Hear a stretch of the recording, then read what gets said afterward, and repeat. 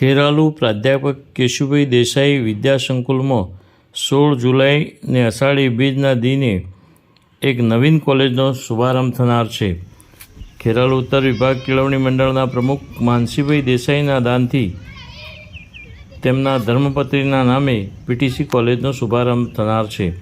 સ્વ કમુબેન માનસીભાઈ Desai PTC DELED મહિલા કોલેજનો શુભારંભ રથયાત્રાના દિને સવારે કોલેજ કેમ્પસ હોલમાં એક કાર્યક્રમ થકી થનાર છે.